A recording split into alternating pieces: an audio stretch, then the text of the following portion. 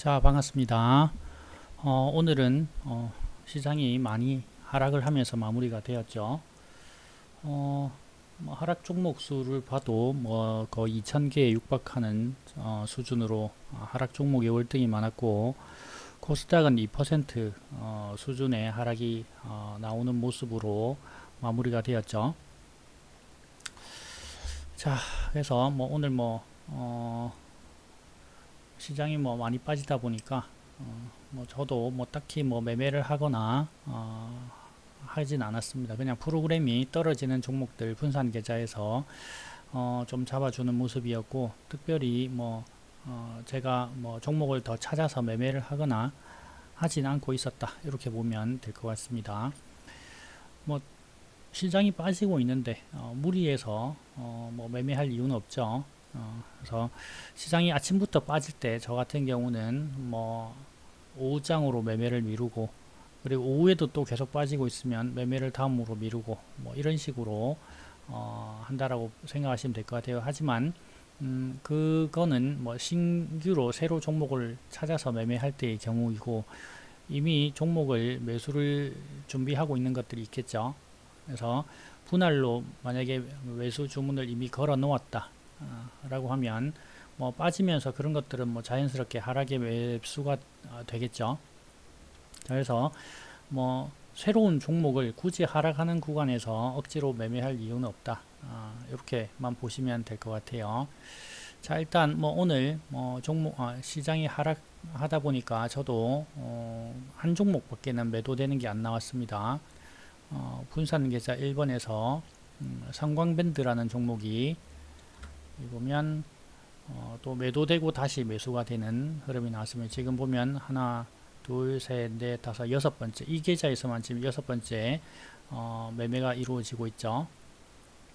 분봉상에서 보면 여기 올라올 때 매도되고 여기 밑에서 다시 매수되고 하는 흐름이 보이죠. 그래서 일단 분산 계좌에서는 제가 떨어지면 떨어지는 대로 계속 매수하도록 프로그램을 세팅을 해놨기 때문에 이 종목은 뭐 떨어지면 사고 올라오면 또 팔고, 이게 반복되고 있다라고 보시면 될 것 같아요.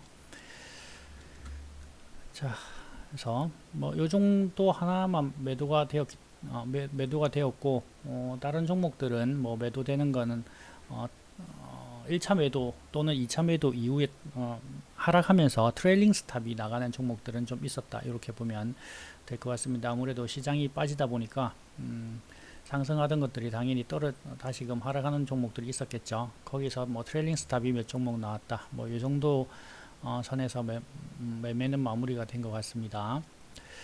자, 그리고 이렇게 시장이 빠지다 보면 걱정하는 사람들이 많죠. 근데 뭐 시장이라는 거는 뭐 하루 빠질 수도 있고 오를 수도 있고 뭐 아무도 알 수가 없죠. 그래서 항상 시장은 상하 등락을 반복하는 움직임이 연속된다, 이렇게 보시면 될 것 같아요. 지금은 뭐 그냥 하락한 거고, 또 뭐 하락이 있으면 또 상승이 나오고 그러겠죠. 일단 또 지수 차트를 일단 먼저 잠시 보면, 코스닥 같은 경우는 지지 받던 구간까지 일단 다 빠져 있는 모습입니다.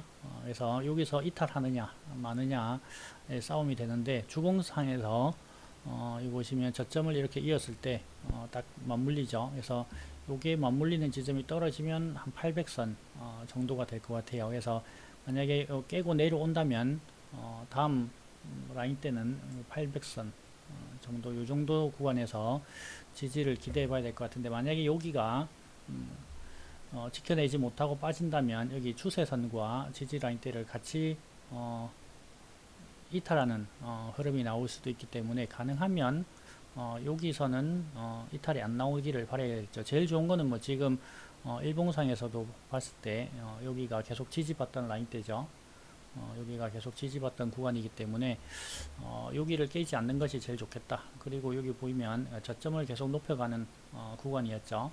그래서 여기서 지켜내는 게 베스트인데, 뭐 떨어지면 뭐 어쩔 수 없는 거죠. 떨어지면 다음 라인대를 또 보는 거고 하면 되겠죠. 그래서 다음 라인대는 여기 추세선과 맞물리는 자리인 800선을 이탈하지 않으면 좋겠다. 근데 또 이탈된다라고 하면 또 그 다음 자리를 또 찾아봐야 되겠죠.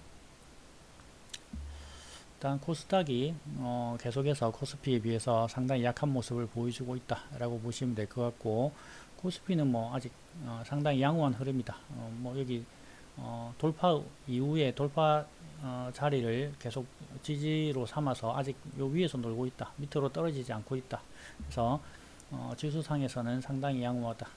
예, 이렇게 보시면 될 것 같아요. 그래서 저도 지금 코덱스 레버리지는 매도가 아마 다 된 것으로 알고 있고, 코덱스 코스닥만 레버리지를 가지고 있다. 이렇게 보면 될 것 같아요. 떨어지면서 분산 계좌로 매수가 되고 있다. 이렇게 보시면 될 것 같아요.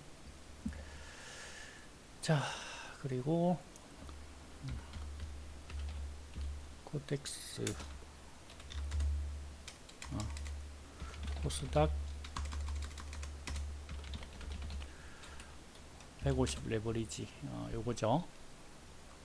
자, 요거도 뭐 크게 한번 볼까요? 자, 여기 보면 3,700원대가 여기 코로나 때 저점이 여기였고, 코로나 때 이후 이전과 이후로 봤을 때 가장 저점은 한 6,000원대 초반 정도 되죠. 지금 현재 1,360원이니까 코로나를 제외하고 의 저점까지 떨어진다면 뭐 한 40% 정도 구간이 남아 있는 거죠. 뭐 여기까지 떨어진다고 해서 이걸 보여드리는 게 아니고, 저 같은 경우는 분산 계좌를 통해서 하락이 나오면 계속 매수를 하도록 설계가 되어 있기 때문에 여기까지 떨어져도 신경 쓰지 않는 매매를 하고 있다. 뭐 요거를 보시면 될 것 같아요. 어쨌든 시장이라는 거는 여기 뭐 월봉보다는 주봉을 한번 볼까요?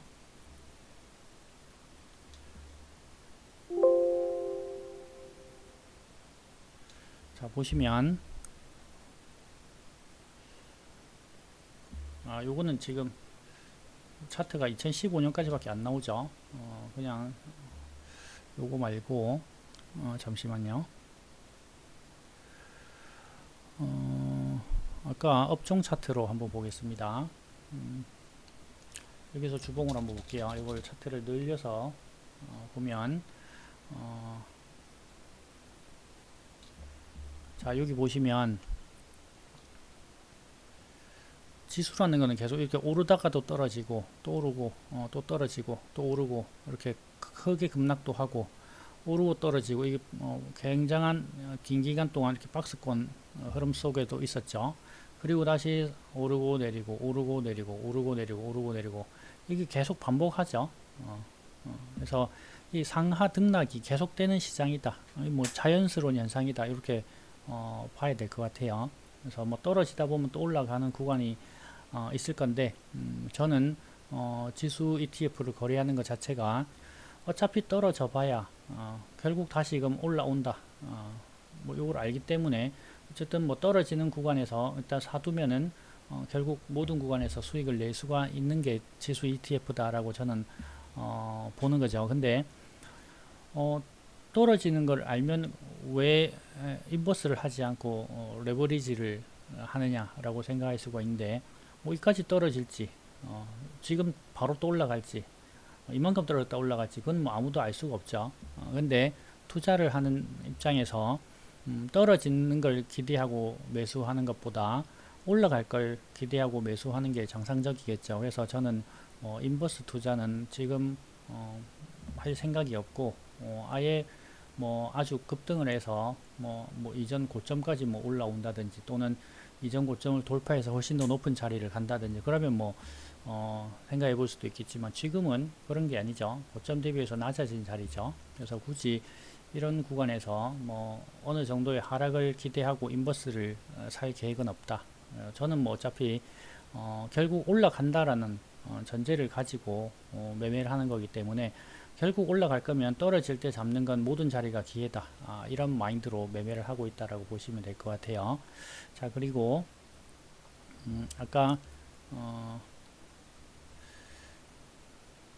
여기 봤을 때 코덱스 코스닥 같은 경우는 2020년도 저점이 여기 3,700원이었죠.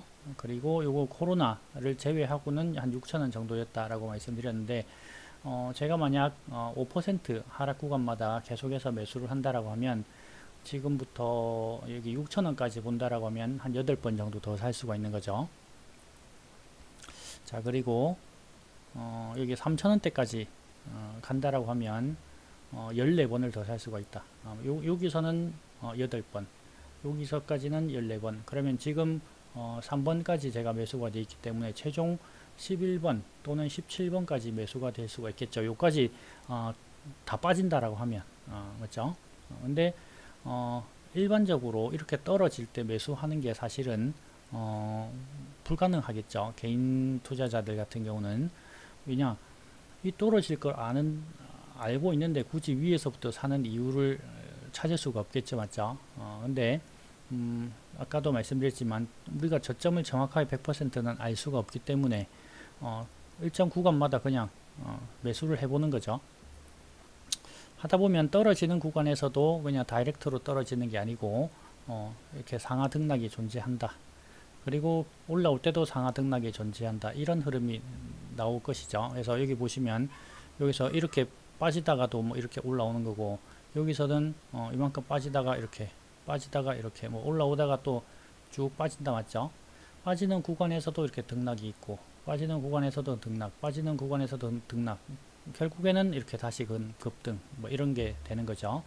여기서도 하락 후 반등, 또 하락 후 반등. 이게 계속해서 등락을 만들면서 빠지든 올라가든 상하 움직임이 나오는 거죠. 그래서 저는 이 모든 구간에서 상하 등락이 발생할 때 이런 구간마다 매수 이후에 수익을 실현하면서 결국은 이렇게 다시금 올라오는 구간에서 더 많은 수익을 취하겠다. 뭐 이런 전략이다라고 보면 되겠죠.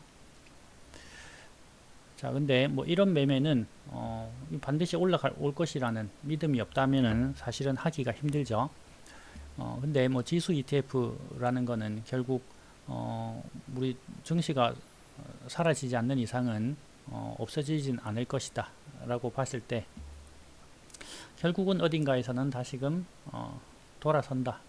이게 제일 첫 번째로 생각해야 될 부분이겠죠. 그래서 이런 믿음이 없다면 저와 같은 매매를 했을 때는 반드시 엄청난 큰 불안을 가지고 있다가 뭐 불안감을 이기지 못하고 손절한다든지 하는 경우가 발생할 수가 있겠죠. 근데 이런 불안감만 없앤다 라고 하고, 그리고 시간을 신경 쓰지 않는다라고 했을 때 결국은 승리할 수 있는 매매가 될 수 있다라고 저는 보는 거죠. 그래서 제일 중요한 것은 시장에서 없어지지 않을 상품을 찾는다. 상품 또는 뭐 종목을 찾는 거죠. 그리고 그 상품이 내가 매매하고자 하는 지점에서 봤을 때 최고점인지 아닌지를 판단하는 거죠. 근데 여기 최고점은 여기에 있죠. 최고점보다 월등히 낮은 지점에 존재하고 있다. 그리고 내가 생각할 수 있는 저점 구간까지 빠졌을 때 과연 나는 흔들리지 않고 매매할 수 있는 종목인지 상품인지를 생각해 봐야 되겠죠. 자, 그런 부분들을 봤을 때 저는 뭐 지수 같은 상품은 뭐 시간의 문제이지 수익의 문제는 아닐 것이다 라고 생각하는 거죠. 자, 그래서 저는 떨어지면 떨어지는 대로 분산 계좌를 그냥 계속 쓰고 있다. 이렇게 보시면 될 것 같아요. 자, 그리고 이 부분들을 종목에도 대입해서 종목에서도 내가 하락에 두렵지 않고 없어지지 않을 것 같고 시간을 무시하고 떨어지면 떨어진 대로 매수해 볼 수 있을 만한 종목인지 그 판단이 우선이 될 것이고, 그런 종목이라고 판단을 했다라고 하면 아무래도 사람이라는 건 감정의 동물이기 때문에 직접 매매를 한다라고 하면 기계적으로 내가 생각한 대로 떨어질 때마다 매수를 못할 수도 있겠죠. 자, 그래서 그런 경우를 생각해서 프로그램을 통해서 자동으로 매매하도록 한다. 요게 제일 핵심이 되겠죠. 자, 그래서 오늘 또 보면 저 같은 경우는 오늘 분산계좌 1번에서 분산계좌 1번 에서 매수된 종목이 한국 타이어 앤 테크놀로지라는 종목이 오늘 매수가 되었습니다. 네, 보면 여기서 떨어지고 매도 이후에 다시 매수가 됐죠. 자, 보면은 얘도 지금 고점 대비해서 여기 이 정도 빠졌으면은 한 30% 정도 빠진 거죠. 고점 대비해서. 그리고 매수되는 지점을 봤을 때 여기면은 고점과 비교했을 때 낮은 지점이 되는 거죠. 최고점이 아닌 거죠. 일단 최고점에서 사는 걸 항상 저는 원치 않는다. 조금이라도 낮은 구간에서 사고 싶어 한다. 이렇게 보면 되겠죠. 그리고 뭐 회사를 봤을 때 매년 매출액이 증가하고 있고 매년 이익이 증가하고 있다. 그리고 뭐 부채 유보율도 상당히 높죠. 그리고 BPS도 8만원대인데 지금 4만원대. 배당도 지금 2.8%, 작년 기준 2.8% 남았죠. 자, 그리고 시총은 5조 5천억. 5조 5천억이면 지금 1조 원대 이익을 내는 회사이기 때문에 저평가라고 볼 수가 있겠죠. 자, 그리고 이익여금도 6조 6천억으로 현재 시가총액보다 높은 수준. 현금 흐름도 양호하다 맞죠? 자, 그리고 뭐 이름에서도 보셔도 알겠지만 한국 타이어 관련된 회사인 거죠. 타이어 부분과 뭐 기타 사업으로 구성되어 있다. 뭐 이렇게 돼 있죠. 국내 시장 점유율 1위. 자, 그러면 이익도 잘 내고 시장 1위인 회사인데 없어지더라도 가장 마지막에 없어지겠죠. 그래서 가장 오랫동안 시장에서 살아남을 수 있는 종목이 될 수가 있겠다. 섹터 내에서 말이 되겠죠. 자, 그리고 뭐 전기차 타이어는 일반 타이어에 비해서 가격도 더 높다라고 하죠. 자, 그리고 뭐 전기차 뭐 판매가 요즘 주춤하지만 그래도 미래는 뭐 전기차 쪽으로 친환경차 쪽으로 갈 수밖에 없겠죠. 그래서 속도의 문제이지 그런 부분을 감안했을 때 실적은 뭐 계속 좋을 가능성이 높겠다 라고 생각해 볼 수가 있겠죠. 뭐 무조건 100% 맞다라고 보긴 힘들겠지만, 자, 어쨌든 그런 회사가 빠지더라도 저는 결국에는 뭐 이 정도 회사면은 어딘가에서는 당연히 반등을 해주는 게 정상적일 것이다 라고 보는 거죠. 얘도 보면 2012년 이후로 상승 하락 또 상승 하락 상승, 이 상하 등락을 계속해서 반복을 하고 있죠. 근데 과거 보면 2012년도 뭐 이럴 때 2017년도 이럴 때 고점을 찍었을 때 와 비교했을 때 뭐 이 과거 실적은 뭐 안 나오지만 지금 여기 보이는 이전 실적보다는 뭐 낮았을 가능성이 더 높겠죠. 그래서 이전보다 높은 실적을 보여주고 있는 지금 과거보다 주가가 더 낮게 있다라고 하면은 충분히 다시 위로 올라갈 가능성을 볼 수가 있고 기대를 해볼 수도 있겠죠. 그리고 뭐 향후 컨센을 봤을 때 이익은 좀 정체하는 모습으로 예상이 되고 있다 맞죠. 뭐 1조 5천억 정도. 어쨌든 뭐 이 정도의 이익이 계속 나오는 것도 꾸준하게 잘 나오는 거죠. 자, 그래서 이런 종목이 만약에 빠진다. 여기 코로나 저점 당시가 최저점 구간이다 맞죠. 코로나를 빼고 나면 얘의 저점은 뭐 한 3만원 정도 되는 거다 맞죠. 자, 그러면 얘가 만약에 코로나 당시 상황까지 빠진다 라고 하면 거의 60 몇 퍼센트가 빠지는 거죠 맞죠. 자, 그러면 분산 계좌로 따진다라고 하면 한 13번 정도까지 매수가 되겠죠. 여기까지 빠진다면. 근데 그 전에 요 정도까지 만약에 빠진다라고 하면 30% 정도니까 한 6번 정도 매수가 되는 거겠죠. 자, 그러면 이런 종목을 가지고 내가 만약에 마이너스 30% 정도 하락이 나오더라도 견딜 수 있을 것인가를 먼저 판단해야 되겠죠. 그러니까 무조건 마이너스 30%를 간다고 보는 게 아니고 가더라도 내가 가져갈 만한 종목인지를 생각해 보는 거죠. 자, 그래서 나는 마이너스 30%가 떨어지더라도 나는 오히려 더 기회가 되고 더 사고 싶은 종목이지 팔고 싶은 종목은 아니다 라고 판단이 되면 매수를 해야 되겠죠. 왜냐 그게 아니면 대부분 트레이더로서 손절을 뭐 빠르게 하고 타이밍적인 매매를 하는 사람이 되는 거겠죠. 근데 그런 능력이 없다면은 타이밍을 잡고 손절을 각오하고 매매하는 거는 쉽지 않겠죠. 자, 그래서 많은 사람들이 짧은 손절, 나는 빠르게 손절하고 좋은 시장에서 크게 먹겠다라고 하지만 뭐 주식시장에서 그런 식으로 돈을 버는 경우가 흔치 않죠. 우리가 계속해서 이렇게 들어왔던 거는 시장에서 95%의 투자자는 손실을 본다 라고 하죠. 그리고 그 5% 중에서도 극소수만이 큰 부를 얻어가지 그 이외에는 큰 수익을 얻지는 못하는 거죠. 자, 그렇다라고 했을 때 과연 우리가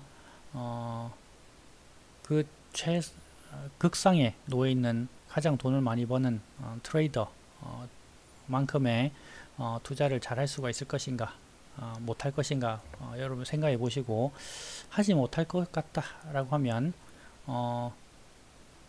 조금 더 확률이 높은 매매를 해보는 게 좋겠죠. 그래서 저는 조금 더 높은 확률의 매매를 하기 위해서 망하지 않을 회사, 스스로 판단했을 때 일단은 사라지지 않을 회사, 그러니까 뭐 개인적인 생각이 좀 맞죠. 사라지지 않을 것 같다는 거죠. 뭐 사라질 수도 있겠죠. 자, 그리고 두 번째로 하락에 겁내지 않고 과감히 매수할 수 있는 마인드가 있어야 되겠죠. 자, 뭐 나는 뭐 매매를 뭐 많이 하지 않고 아주 저점에서만 기다려서 매수하는 스타일이다 라고 하면 뭐 그냥 더 떨어질 때까지 기다리면 되겠죠. 근데 내가 원하는 가격까지 떨어질지 안 떨어질지는 아무도 알 수가 없는 거죠. 그것만 기다리다가 내가 매수하려던 지점 조금 위에서 이렇게 가버리면은 아예 매수를 못하는 경우도 발생할 수가 있죠. 그래서 저는 뭐 적정 수준에서부터 나눠 사는 걸 선호하게 되는 거죠. 자, 그래서 사라지지 않을 종목을 과감하게 하락해서 매수할 수 있는 마인드를 가지기 위해서는 내가 매수하려고 하는 지점이 싸다라는 생각이 들어야 되겠죠. 누구보다 싸게 사고 싶어 하는 마음을 가져야 된다, 이렇게 생각하시면 되겠죠. 그러니까 내가 스스로 봤을 때 비싸게 샀다라고 생각이 들면 두려워지는 거고, 싸게 샀다라고 생각을 하면 사실은 두려워해서는 안 되죠. 근데 두려워해서는 안 되지만 막상 내 계좌에 하락이 깊어지면서 마이너스가 크게 찍히기 시작하면은 나는 싸게 샀었는데 라는 생각이 사라지고 내가 이런 쓰레기를 왜 샀지 라는 마음이 들게 되는 거죠. 근데 그런 부분들을 고치셔야 된다라고 저는 말씀드리는 거죠. 그러니까 싸게 샀으면 빠지면 그냥 더 싸지는 거지 회사가 나빠지는 건 아니다. 회사가 나빠지는 거는 실적이 문제가 발생이 되었거나 뭐 회사 내부적으로 어떤 문제가 생겼거나 등등 회사가 뭔가 큰 악재를 맞이하는 큰 변화의 흐름이 나오지 않는다라고 전제를 가지고 실적은 유지 또는 상승하는 흐름이 나오고 있다. 그런데 주가만 빠진다. 그러면 그 종목을 두려워할 단순한 주가 변화에 의해서 두려워할 이유는 없다는 거죠. 그래서 저는 그런 두려움 때문에 매매를 하지 못하는 경우가 발생하지 않도록 하기 위해서 기계적인 매매를 하기 위해서 프로그램을 통해서 매매를 하고 있다. 뭐 이렇게 보면 되겠죠. 자, 만약에 내가 요 종목을 여기가 고점인데 여기서 딱 반토막 지점인 한 33,000원대 요 정도 되겠다, 맞죠? 요 정도에서 내가 매수를 해 놓은 상태다 라고 하면 내가 이렇게 바라보는 고점이 있잖아요, 맞죠? 충분히 많이 떨어졌네 하는 생각이 들 수 있을 정도의 저점부터 해가지고 요 정도에 더 빠지는 하락 구간은 나는 감내할 수 있다. 요 정도는 내가 감내할 수 있다. 하는 생각이 드는 지점부터 매수의 기회를 보면 된다. 그러니까 뭐 단순하게 고점 대비해서 마이너스 50%니까 사야지 뭐 이런 게 아니고 떨어졌는데 거기서 보니까 회사를 보니까 진짜 너무나도 싸다라는 생각이 들어야 되겠죠. 그런 생각이 들 때 차트적으로 봤을 때 이 정도면 충분하겠다 하는 지점에서 매수를 해보는 거겠죠. 저 같은 경우는 일단은 아까 우리가 여기 현재 딱 자리를 봤을 때 지금 실적과 시총을 봤을 때 충분히 저 같은 경우는 이 정도면은 많이 내려온 것 같다라는 생각을 가지고 매매를 시작한 것이다 라고 말씀을 드리는 거고, 자 여기 보면 이 정도 구간에서 여기 저항 구간을 돌파 이후에 여기서 다시 지지를 받으면서 이렇게 쭉 올라온 자리였죠. 그리고 떨어졌는데 여기서 지지받으면서 반등을 하다가 떨어지는 구간이죠. 그러면 이 정도 밴드 안에서 지지를 기대해 볼 수가 있는 것이고, 여기서 떨어지면 또 다음 라인대가 또 나오겠죠. 자, 다음 라인대면 또 뭐 한 요 정도 뭐 이런 식으로 찍어 갈 수가 있겠죠. 이런 식으로 뭐 이런 식으로 라인대를 뭐 찍어 가면서 자리를 볼 수가 있겠죠. 근데 이런 구간들을 일일이 매매 자리를 기다려 가면서 매수를 할 수는 없겠죠. 그래서 저는 그냥 단순하게 퍼센테이지로 떨어질 때마다 같은 계좌가 아닌 다른 계좌로 매수를 실행을 하는 거죠. 그래서 요 종목이 빠지더라도 밑으로 빠지더라도 나는 신경 쓰지 않는다. 그리고 신경 쓰지 않고 있다 보면 결국은 올라간다. 뭐 이런 게 되겠죠. 자, 만약에 이 종목이 만약에 한 3만원까지 빠지는 일이 발생했다. 30%의 하락이죠. 자, 그러면 30%의 하락을 여기다 넣어 보는 거예요. 가면 시총이 3조 한 8천억, 7천억대가 되겠죠. 자, 그러면 3조 7, 8천억 되면 지금 실적을 봤을 때 충분히 를 넘어서 아주 싼 종목이 된다라는 걸 우리가 생각해 볼 수가 있겠죠. 그리고 BPS 7만원대인데 3만원대까지 빠진다. 너무나도 저평가 구간까지 빠지는 것이다 라는 걸 우리가 생각할 수가 있겠죠. 자, 그러면 이렇게 싸지는 종목을 이렇게 싸지는 기회가 왔을 때 과연 살 수 있을 것인가 라고 생각해 봤을 때 막상 사람들은 여기까지 빠지면 더 빠질까봐 싶어서 못 사게 되는 경우가 허다하죠. 근데 이게 저도 말씀드렸지만 여기서 여기까지 3만원대 여기까지 빠질지 안 빠질지는 알 수가 없다. 뭐 빠질 수도 있고 안 빠질 수도 있죠. 이거는 지나봐야지 아는 거죠. 근데 여기까지 기다리려니 언제 갈지도 모르는 거를 막상 기다리려면 힘들다 맞죠. 그래서 지금도 어차피 저평가 구간에 지지받을 만한 자리인 거죠. 지지받을 만한 자리까지 내려온 거기 때문에 뭐 나는 여기서부터 뭐 아래로 떨어지면 나는 계속 사보겠어. 그러면 이렇게 매수를 하다 보면은 뭐 4만원까지 빠졌다가 올라갈지, 뭐 지금 바로 올라갈지, 뭐 35,000원까지 갔다가 올라갈지, 31,000원까지 갔다가 올라갈지, 뭐 이건 모른단 맞죠. 근데 어쨌든 과거 데이터를 봤을 때, 과거의 데이터를 봤을 때 이렇게 다이렉트로 빠지는 일은 발생하지 않는다. 여기도 보면 여기서 떨어질 때 여기 56,000원에서 66,000원 20% 정도죠. 요거도 47,000원에서 55,000원 한 20%. 여기도 37,000원에서 47,000원 거의 30%. 여기도 보면 34,000원에서 5만원이면 거의 50%. 이런 반등 구간이 여기서 요 안에서만 해도 몇 번의 반등이 나왔죠. 자, 여기서 고점에서 봤을 때도 52,000원에서 6만원, 그리고 39,000원에서 5만원, 여기 27,000원에서 36,000원, 여기 15,000원부터 뭐 2배, 뭐 이런 식으로 반등 구간이 반드시 존재하죠. 맞죠? 떨어지더라도. 그러니까 떨어지더라도 반등 구간이 반드시 존재한다.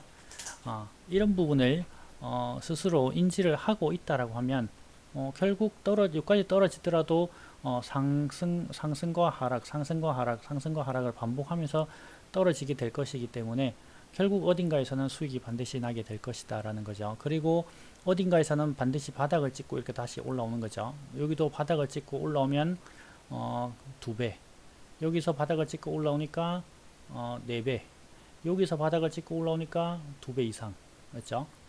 그러면 얘도 또 어딘가에서 바닥을 찍고 올라가면 또 2배 이상 올라갈 수가 있는 거죠. 여기 보면 최저 2배는 올랐잖아요. 여기서 이런 식으로 어딘가에서는 반드시 2배 이상 올라가는 구간이 이 종목은 나오더라. 그러면 내가 마이너스 50% 마이너스 50%까지 사더라도 2배만 올라도 본전인 거죠. 마이너스 50%.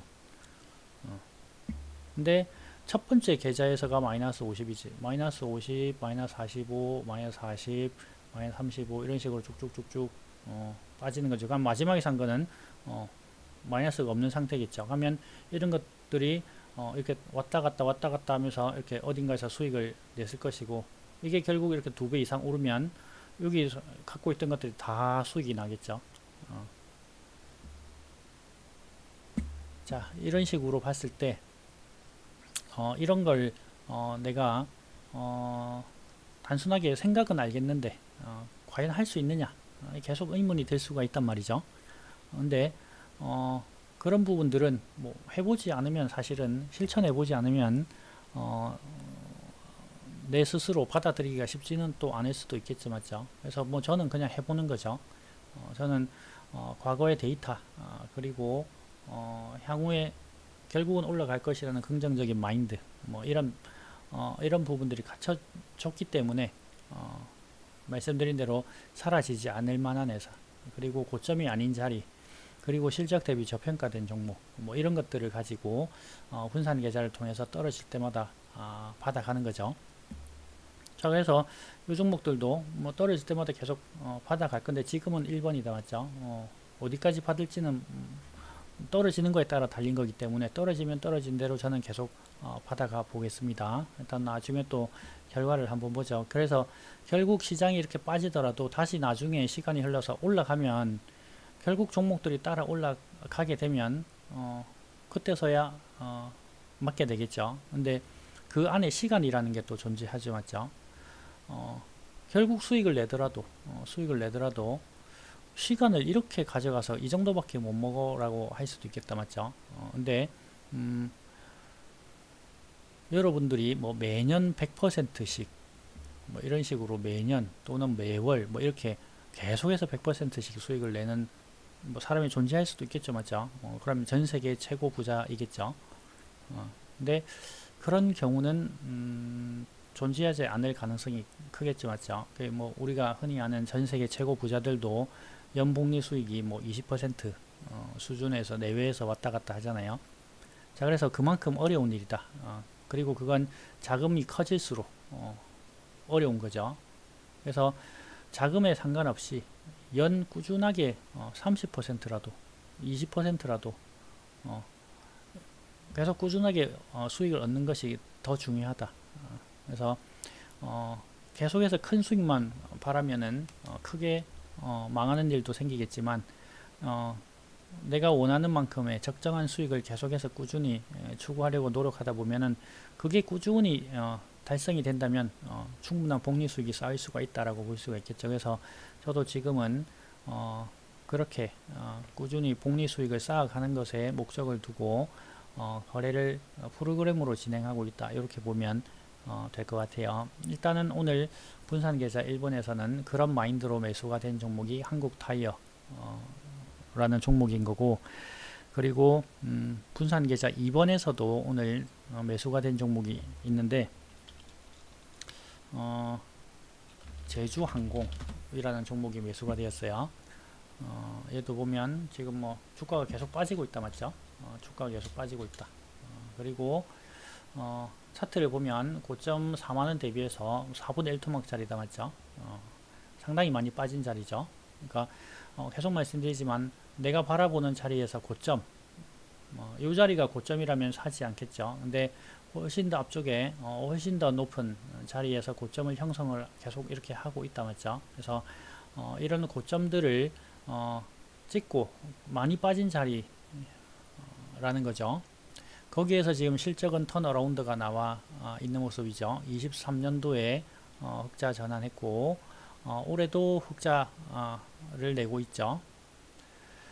자, 그리고 시가총액은 8천억대라서 지금 보면 매출 뭐 2주 정도의 올해 컨센이 1800억 정도인데, 이 정도의 실적이 나오면 충분히 저평가라는 것을 우리가 알 수가 있겠다 맞죠. 대신에 뭐 요 종목은 그동안에 코로나 영향을 많이 받다 보니까 재무 상태가 아주 뛰어나다 뭐 이런 건 아니죠 맞죠. 뭐 이런 거는 뭐 어쩔 수 없는 부분인 것 같고, 어쨌든 저 같은 경우는 요 정도면 충분히 빠진 게 아닌가 하는 지점부터 아래로 빠지는 구간에서 분산 계좌를 통해서 계속 매수를 해가고 있다. 그래서 얘도 보시면 결국 고점에서 엄청나게 빠졌다 맞죠. 엄청나게 빠졌지만 빠지는 구간에서도 여기 보시면 여기 저점에서 한 30 몇 프로, 여기서도 뭐 한 50%, 여기서도 40% 되나요? 자, 여기서도 거의 2배, 여기서도 2배 넘죠. 여기서도 한 70% 되나요? 자, 여기서도 거의 2배 정도 된다 맞죠? 자, 여기서도 한 4, 50% 되죠 맞죠? 자, 그러면 결국 떨어지더라도 이런 상하 반등 작용이 반드시 일어나죠 맞죠? 뭐 적으면 뭐 20%, 많으면 2배 이상 뭐 이런 식의 반등이 나오죠. 그러면 지금 충분히 많이 빠진 자리이기 때문에 결국 다시금 이런 반등이 나오겠죠 맞죠, 어딘가에서는. 그래서 저는 그런 반등이 나올 때까지 그냥 아래로 쭉 파다 가겠다 이런 거죠.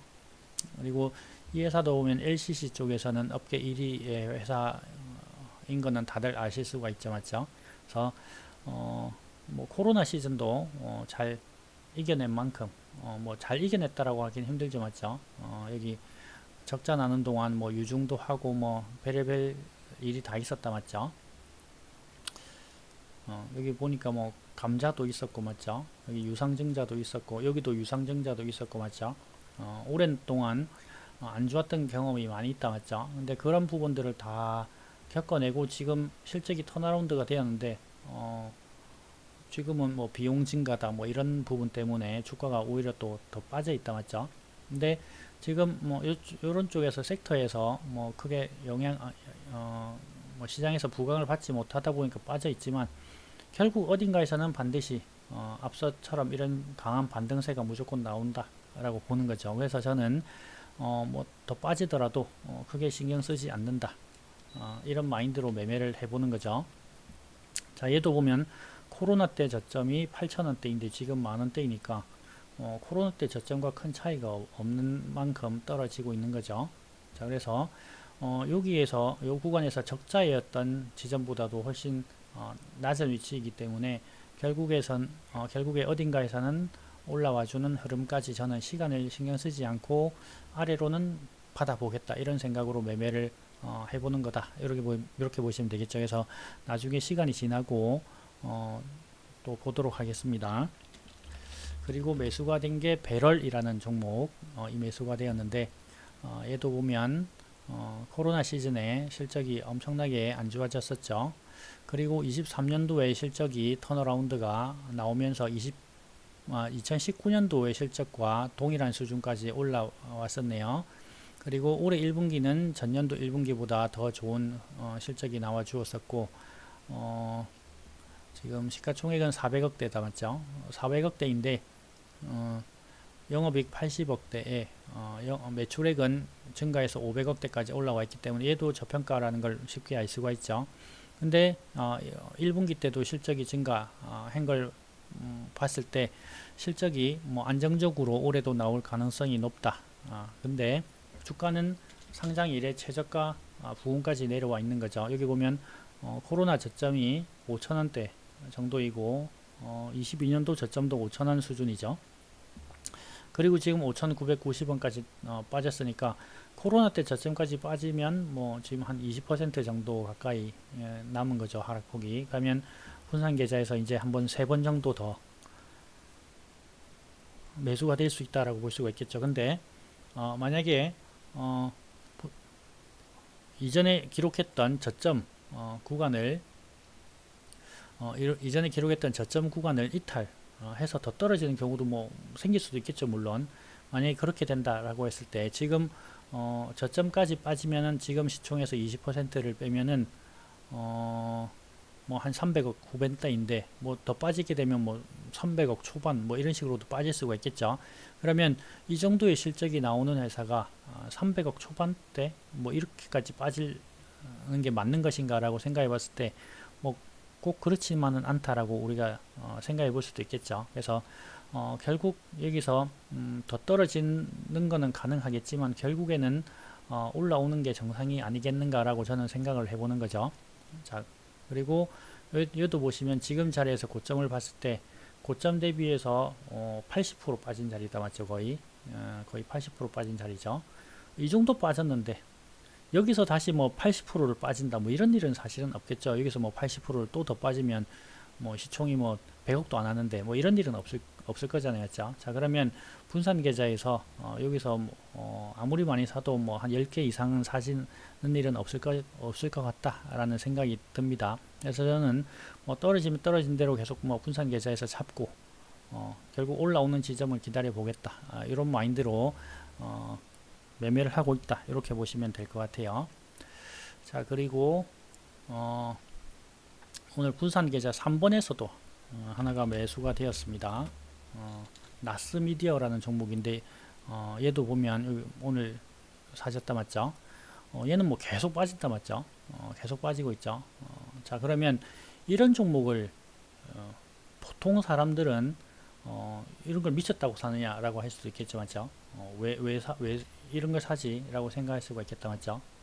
흔히 사기 힘든 종목이죠. 계속 빠지고만 있으니까. 근데 결국은 아까도 말씀드렸다시피 싸냐 안 싸냐라는 기준으로 보는 거고, 그리고 실적이 꾸준하게 잘 나오느냐 안 나오느냐를 기준으로 보는 거죠.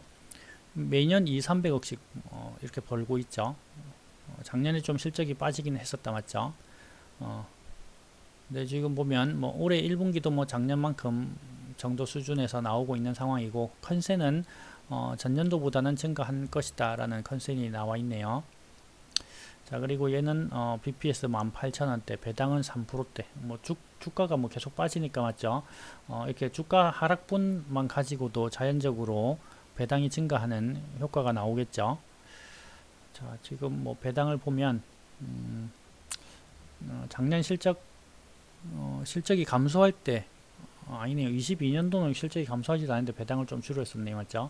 이 부분은 좀 아쉽긴 한데 일단 700원 정도 배당이면 지금 4%대 중반 정도의 배당이 되겠네요. 맞죠?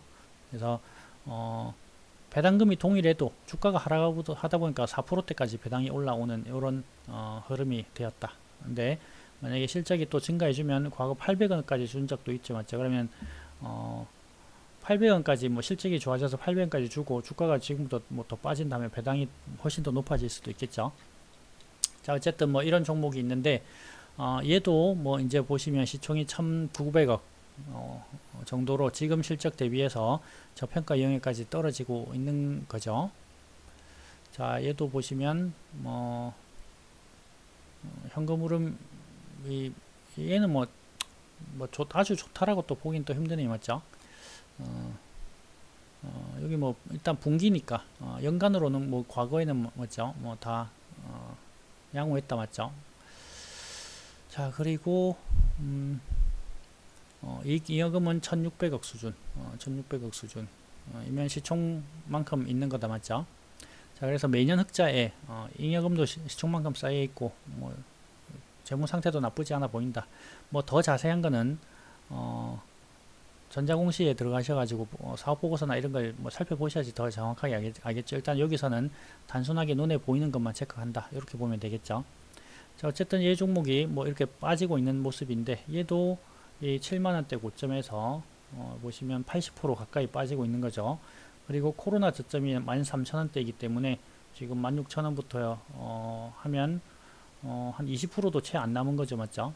그리고 상장 이래 최저가가 7,000원대인데 그럼 여기서부터는 거의 뭐 반토막까지인 거죠. 근데 만약에 이 종목이 상장 이래 최저가인 수준까지 반토막까지 빠지면 시총이 뭐 900억 1000억 밑으로 빠지는 거다 맞죠? 그러면 지금 정도의 실적에서 뭐 이렇게까지 빠질 이유가 굳이 있겠느냐라고 봤을 때 뭐 굳이 그렇게까지 빠질 이유는 없다라고 생각해 볼 수도 있겠죠.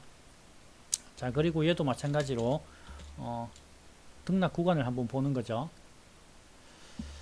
자, 얘도 보시면 여기 빠지다가도 여기 50% 정도 올라왔었죠. 여기서 요것도 한 50%, 여기서는 뭐 오히려 한 3배 가까이, 여기서는 거의 2배 가까이, 여기서는 60%, 여기서는 거의 2배가 넘는다 맞죠? 자, 그리고 여기서도 보면 한 70%, 여기서 보면 50%, 여기서 보면 이것도 한 50% 되죠 맞죠? 이런 식으로 얘도 아무리 못 가도 저점에서 한 50%씩은 튀어 오르잖아요 맞죠? 자, 그러면 얘도 결국 떨어지다가도 다시금 이렇게 반등하는 사이클이 나오게 된다. 떨어지더라도 무조건 상하 등락이 존재한다.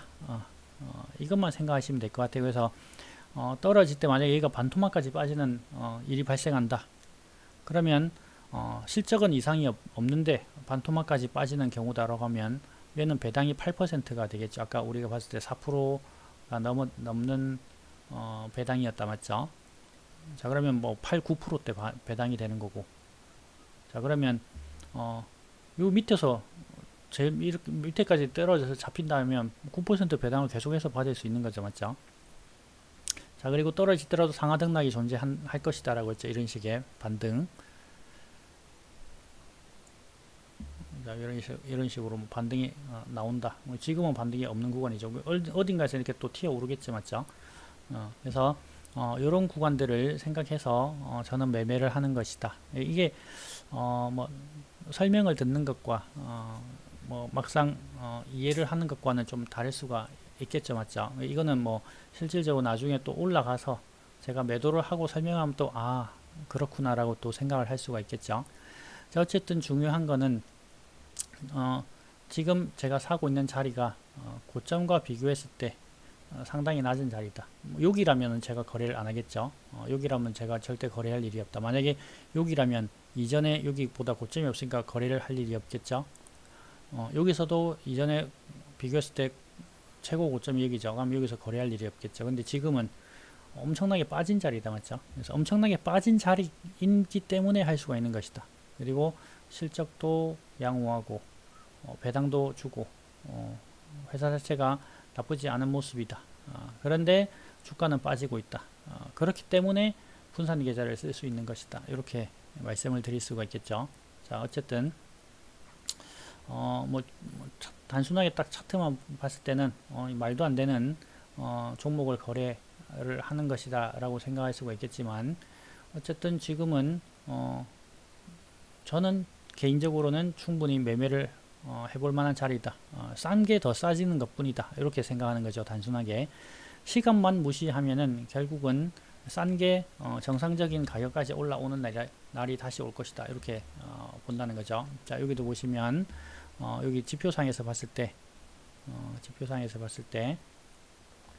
이 모두 침체 구간을 겪고 있는 자리가 있다 맞죠. 그리고는 다시금 뭐 이렇게 올라오는 자리들, 모두 침체 구간을 겪다가 이렇게 올라오는 자리들, 여기도 모두 침체를 겪다가 올라오는 자리들, 여기도 모두 침체를 겪다가 올라오는 자리들, 여기도 모두 침체를 겪다가 이렇게 올라온 자리들, 지금도 모두 침체를 겪고 있는 구간이죠. 자, 그래서 올라갈 가능성이 높은 자리까지 빠진 거다. 이런 지표들을 봤을 때 모두가 침체를 나타내고 있을 때 지표상에서 바닥을 잡는 흐름이 나와준다 라고 하면 결국 올라가는 흐름이 나와준다. 저 같은 경우는 지표상에서 쌍바닥 구간이 나올 때 뭐 이런 식으로 쌍바닥이 지표 쌍바닥이 나온다 맞죠? 쌍바닥이 나와주는 흐름이면 제일 좋겠다 라고 보는데, 지금은 아직 뭐 쌍바닥이 나오거나 하는 건 아니다 맞죠? 그래서 뭐 조금 더 빠지거나 할 수는 있겠지만 결국에는 주가라는 것은 상하 등락을 반복할 수밖에 없다. 요 기준 하에서 봤을 때 결국 하락 이후에 상승 구간이 반드시 존재하게 될 것이다. 그런 마인드로 저는 매매를 하고 있다. 이렇게 보시면 될 것 같아요. 그래서 뭐 오늘 뭐 설명드린 것들은 뭐 종목을 가지고 관심을 가져라 이런 말보다는 그냥 좀 더 긍정적으로 결국 올라갈 수 있을 만한 종목을 잡고 기다리면은 결국 올라갈 수밖에 없다. 그리고 싸다고 생각되는 종목이 있다면 과감하게 더 싸지는 구간에서는 매수할 수 있는 기회도 좀 가져봐야 될 것이다. 이렇게 보면 좋을 것 같다.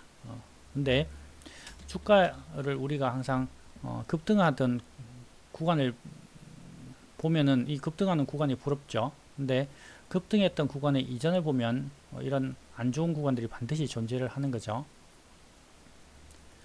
자, 여기 급등을 했었지만 과거를 보면 여기 안 좋은 구간들이 계속해서 존재했었다 맞죠? 여기서 계속 빠졌죠. 여기서 계속 빠지다가 옆으로 기다가 이렇게 결국은 엄청난 급등이 나오는 자리가 나왔던 거죠. 그래서 급등을 위한 준비 과정이 이런 하락 구간 일 수도 있다. 이렇게 생각을 반대로 해볼 수도 있겠죠. 그래서 많이 빠진 자리에서 올라야지만 많이 오른다.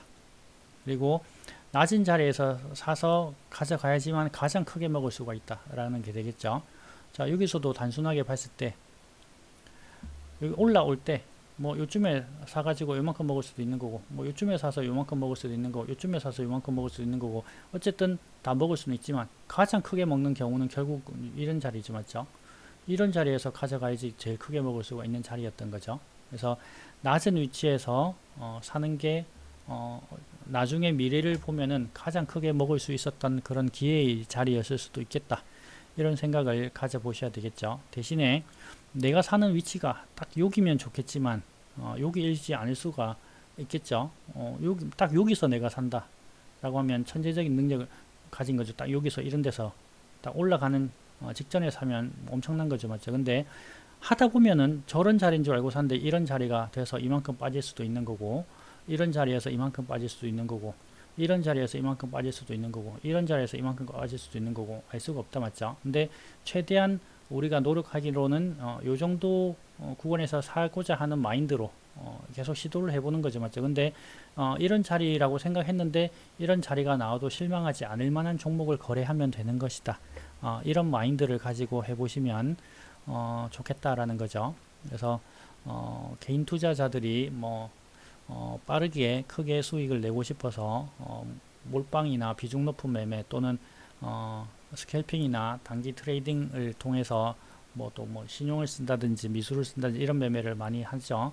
근데 그런 부분을 다 배제하고 꾸준하게 매년 일정 수준의 수익 이상을 가져가겠다 하는 마인드로 좀 길게 보면은 충분히 그 정도 뭐 한 20-30%대의 수익은 꾸준하게 무조건 가져갈 수가 있는 거죠. 그러니까 이게 연 단위죠. 근데 하루하루만 보면 오늘 마이너스면 힘들고 오늘 수익이면 또 기분 좋고 계속 그게 일희 일비가 반복되겠죠. 그렇기 때문에 길게 긴 호흡으로 내가 원하는 목표 수익을 채워가기를 계속 계획하고 달성해 나간다면은 꾸준하게 매년 복리 수익을 추구해 갈 수 있지 않겠나 이렇게 말씀을 드릴 수 있을 것 같아요. 그리고 저도 일단 꾸준하게 매년 복리 수익을 추구하는 것을 목표로 연 뭐 한 30에서 50% 정도의 목표 수익을 가져가는 걸 희망하는데 어떤 때는 시장이 너무 안 좋아서 뭐 10%, 뭐 20%밖에 못 낼 때도 있을 거고 어떤 때는 또 시장이 너무 좋아서 100% 이상도 수익이 나오는 경우도 있을 것이고 다 다르겠죠. 맞죠? 근데 평균적으로 수익을 맞춰간다 라는 생각으로 해보시면 나쁘지 않을 것이다 이렇게 말씀드리면서 오늘 마무리 하도록 하겠습니다. 자, 오늘 시장이 많이 빠져서 힘들어 하시는 분들 많을 것 같은데 결국 시장은 상승을 하기 위해서 존재하는 것이다. 이렇게 보시면 조금 마음이 편하지 않을까 이렇게 말씀드리면서 마무리하겠습니다. 감사합니다.